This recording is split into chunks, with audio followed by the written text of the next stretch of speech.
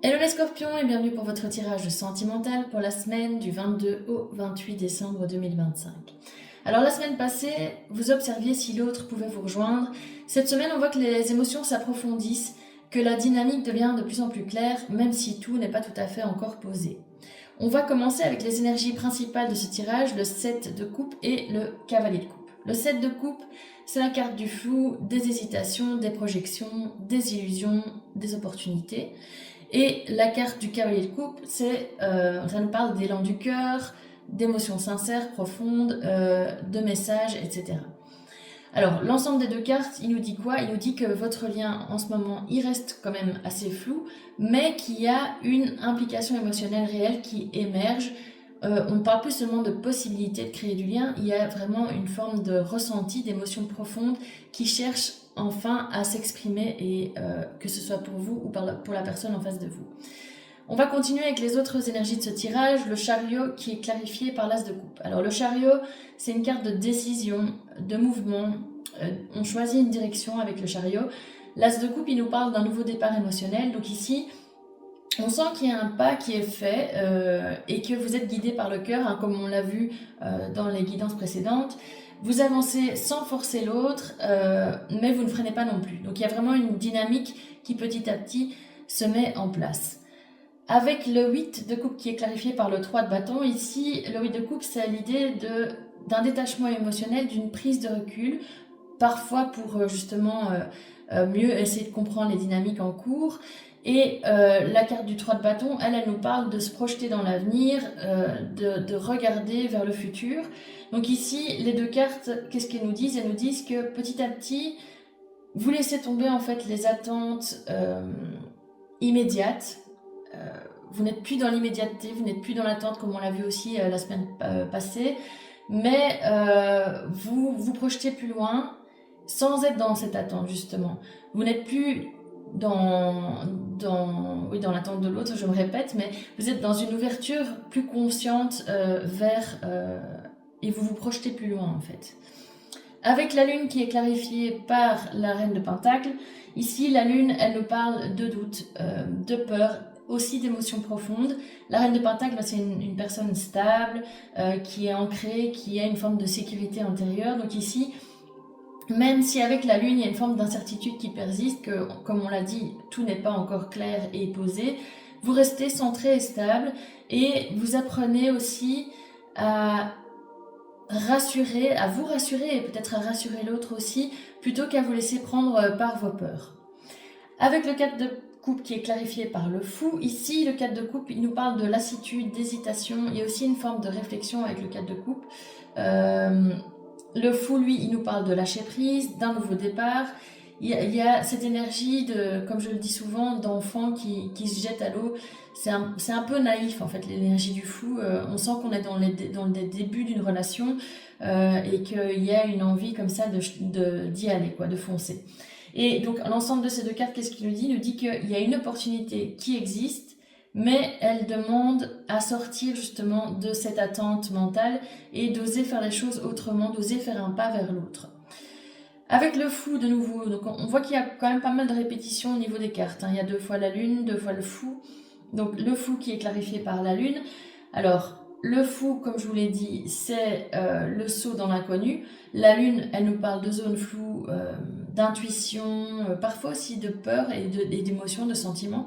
Donc ici, pour moi, on voit que vous avancez avec ce fou, vous faites un pas vers l'autre, sans certitude, mais vous êtes guidé par une forme d'intuition et c'est pas quelque chose d'imprudent, c'est quelque chose de guidé par votre instinct, en fait, d'instinctif. Et enfin, avec le pape qui est clarifié par l'impératrice, qu'est-ce qu'on nous dit ici? Le pape, il nous parle de valeurs, de cadre, d'engagement aussi. L'impératrice, c'est quelqu'un de très nourrissant, dans le sens, quelqu'un qui va vraiment faire attention aux autres. Il y a aussi une énergie de fertilité, de croissance dans cette carte.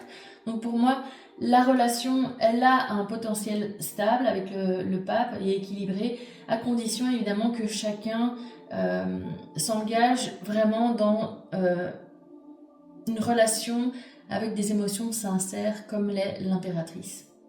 Alors donc, pour résumer les scorpions cette semaine, on voit que vous ne forcez plus le lien, vous avancez avec votre cœur ouvert et vous observez si l'autre peut réellement suivre le même mouvement que vous, puisque vous êtes dans une dynamique un peu plus de prise de décision, d'avancée, d'évolution, et que l'autre, on l'a vu la semaine passée, est encore un peu replié sur soi et n'ose pas encore vraiment ouvrir pleinement son cœur et s'engager concrètement dans cette relation. Donc on va clôturer ce tirage avec quelques petites cartes du petit oracle de la lune. J'ai déjà mélangé les cartes pour ne pas perdre de temps. Je vais mélanger et donc on va en prendre 3 et je vous les lirai de suite. Donc 3 messages s'il vous plaît pour les scorpions. Ah, il y en a un ici pour la semaine du 22 au 28 décembre. Un autre qui s'est retourné. Encore un message s'il vous plaît. Ah, le dernier. Voilà. Alors, on va mettre un peu d'ordre dans tout ça et je vais vous lire les messages. Qu'est-ce qui est sorti cette semaine? Quand le sommeil murmure, l'âme écoute. Cette lune invite à rêver en grand et à délier les nœuds du karma tout en posant des intentions douces comme un souffle, prête à flotter entre les mondes visibles et invisibles. Alors ici pour moi, je ne vous l'ai pas dit, mais il y a eu la nouvelle lune donc ce 20 décembre. Et pour moi, on sent vraiment les influences de cette lune, nouvelle lune en Sagittaire, si je ne me trompe pas, qui nous apporte une forme d'optimisme, qui nous insuffle un vent d'optimisme et qui nous pousse à agir, à laisser derrière nous le passé et à agir pour ce qui vraiment est aligné avec nous. Donc pour moi ici, cette carte, elle rejoint ces énergies de la lune. Et on voit aussi qu'il y a plusieurs fois la lune dans ce tirage, donc on sent que son influence agit sur nous, les scorpions, cette semaine. Alors, la deuxième carte, elle dit quoi? Elle dit « Votre envie de rayonner, de vous affirmer et d'exister pleinement a guidé vos pas. Mais avez-vous trouvé l'éclat qui vient de l'intérieur ou avez-vous puisé votre force dans le regard des autres?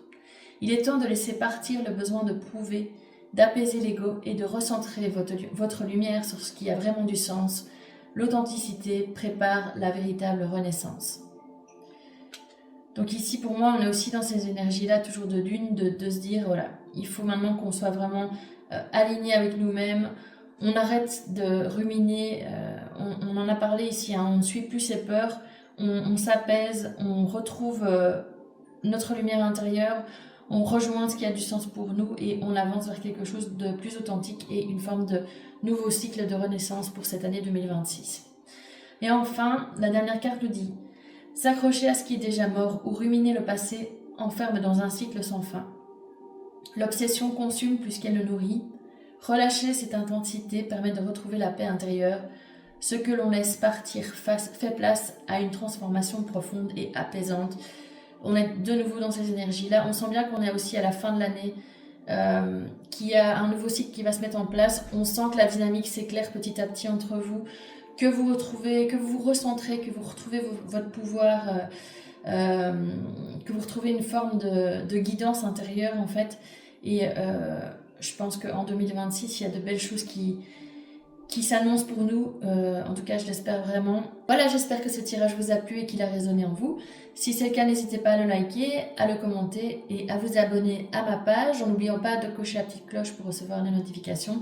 Comme ça, vous serez prévenu des prochaines vidéos que je publie.